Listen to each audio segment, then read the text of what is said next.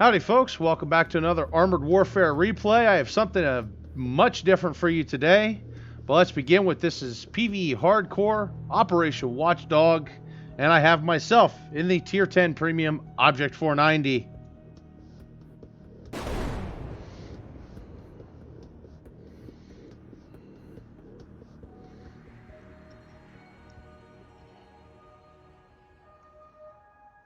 Give you a quick look over here of this. So this can be gotten from the Age of Rage Battle Path, which is about to end, unfortunately, but I haven't gotten a chance to get an upload of this vehicle sooner. Sorry about that, but life takes over at times.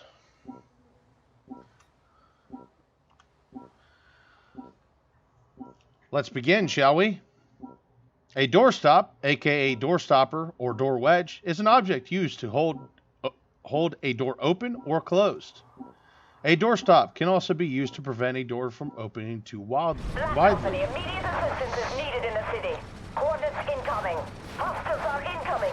Cut them off and hold them back. Hold that bridge long enough to place explosives and blow it to pieces. A doorstop is also used as a term for a thin slant built inside a door frame to prevent a door from swinging through when it is closed. A doorstop can be made out of a number of materials, such as wood, metal, plastic, rubber, or stone. A doorstop can be something as simple as a wooden wedge, a lead brick, or even a decorative stone statue. The doorstop, known as Object 490, seems to have a 152mm to A73 smoothbore cannon. The 52mm gun seems to be fed with an autoloader. It also seems to have two Zim 4TD engines producing 2,000 horsepower. This is a very unusual feature for a doorstop, and I'm unsure when it was deemed necessary to equip this doorstop with engines. It also has a layer of steel, followed by layers of composite plates, mostly steel and ceramic. Not sure what kind of door the Object 490 was constructed to stop, but it was deemed necessary to have composite armor construction to prevent damage to it. The Object 490 also has a hydromatic suspension. The doorstop itself has a system of 4 tracks. I guess the tracks and road wheels were necessary, so that way it could be moved from one door to another, seeing as it weighs 48 metric tons. Only 2 doorstops of this type was constructed. I guess a doorstop this large was unnecessary because who makes doors large or heavy enough for the Object 490 to be useful? Anyway, folks, I'm going to end the satire with that and talk about the Object 490 for real, or at least sort of. I want to talk about how it is in game. It's actually not a bad vehicle. It is extremely well armored, mostly due to the fact that the armor plate on the front of the vehicle is actually extremely thick and that it is well sloped. However, there's caveats to this. It does have a turret. The problem is, instead of an actual per se turret, it's more of a gun mounted on the wedge, which leads to problems in itself. As you can see, because it doesn't have a typical turret, it is actually built on a slope. And the problem is the further the gun goes back, the higher in the air it goes. One reason needing the hydropneumatic suspension to help actually point the gun where it needs to be. Strictly per se, I would say this was actually constructed for defensive purposes because it doesn't have a turret. Think of it as more like a Stug with sort of a turret. It is actually crewed by a crew of 3, a driver, a gunner, and a commander. The vehicle is not required to have a loader. Target eliminated. It does have a remote turret machine gun, and it does have an APS system. Although at the time the APS system that was put on the vehicle was a prototype. It also would seem that this has some explosive reactive armor plating to help protect the vehicle from damage. The gun has very decent penetration, very decent alpha damage. However, it suffers from very poor aim time Hostile tank. and a very long reload. APS up. Although the nice thing is when you do hit something with it, you tend to make it hurt really bad. As you can see, boom. And there goes half its hit points. Other advantage to this too, because of its thick armor and well-sloped nature, it is actually hard to penetrate this vehicle from the front. Actually, it's damn near impossible. However, that being said, it does have a weak lower glacis plate.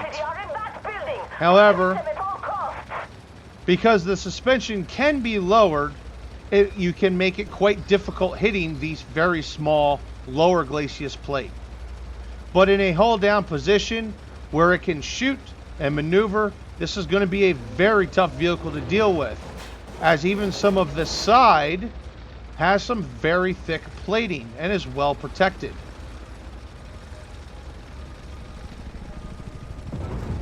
It also has 4 tracks, as I said earlier.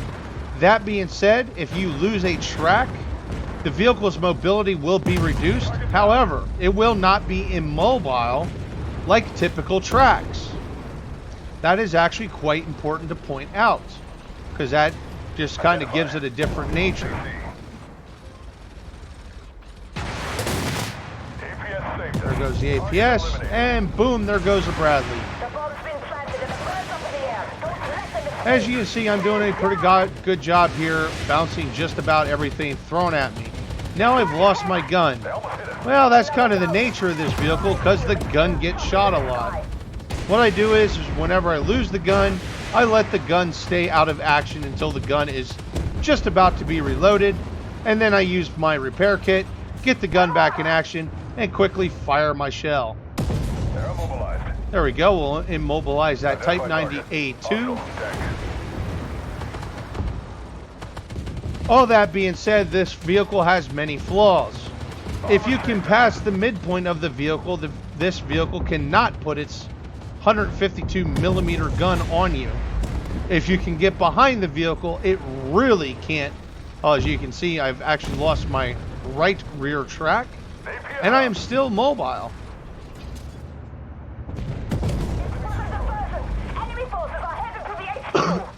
And if you can get behind this vehicle, it will definitely not be able to train its gun on you, as the gun practically points straight up in the air. So this is a good vehicle to have some buddies nearby to protect your sides from flanking and definitely protect your rear. As you can see here, I am playing in this game very aggressively. What I am doing is I'm getting up in the enemy's face, letting them shoot the hell out of me because they can't penetrate my front, and then letting my buddies kill them off while I reload in between shots. The reload time on this thing is almost 13 seconds. So it's quite a long reload, and it's an even longer reload than the T14 152, which is also a Tier 10 premium. Now there's some benefits to this move. I can soak up a lot of damage, so it gives me a lot of damage block, which gives it some XP. The next thing is it allows me to get a ton of spotting damage. Oh, we're going for the run over, and nope, not as good as I imagined, but that still gets the T15 out of the fight.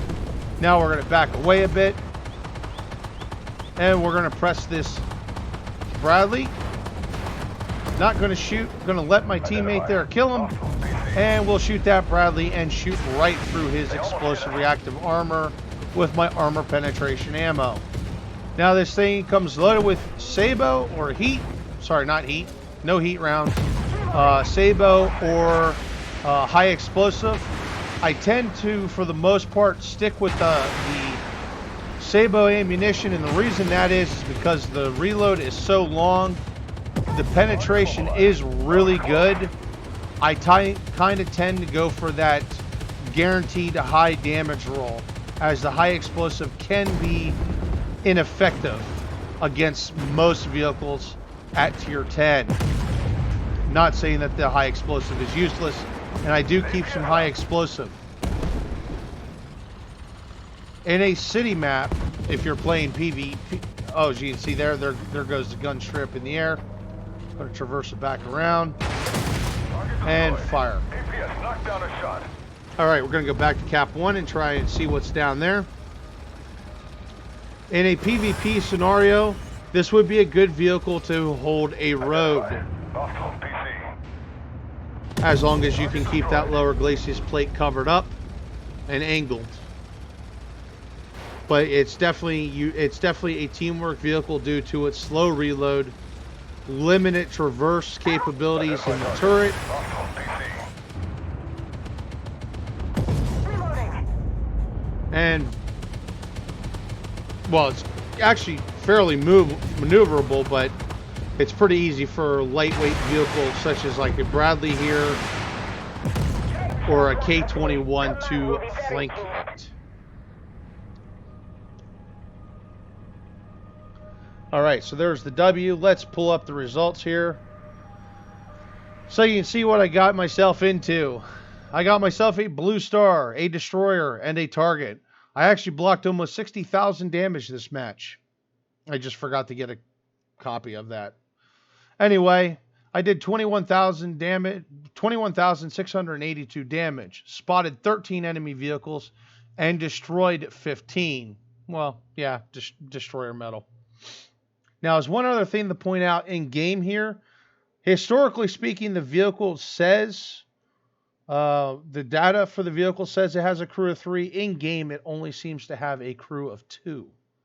So I'm not sure what that's about, but we'll pull up the final results. I did 21,682 damage. I'd actually be number 4 in damage this battle, which I found very unique because it just seemed like I was just doing damage every damn second I could.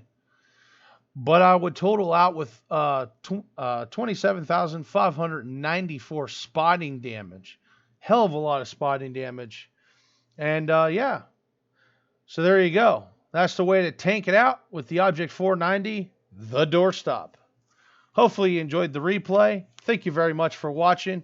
Like and subscribe to the channel and all that other nonsense YouTubers ask people to do. And it happens, it happens. Anyway, folks, thanks again for watching, and I hope to see you for the next replay.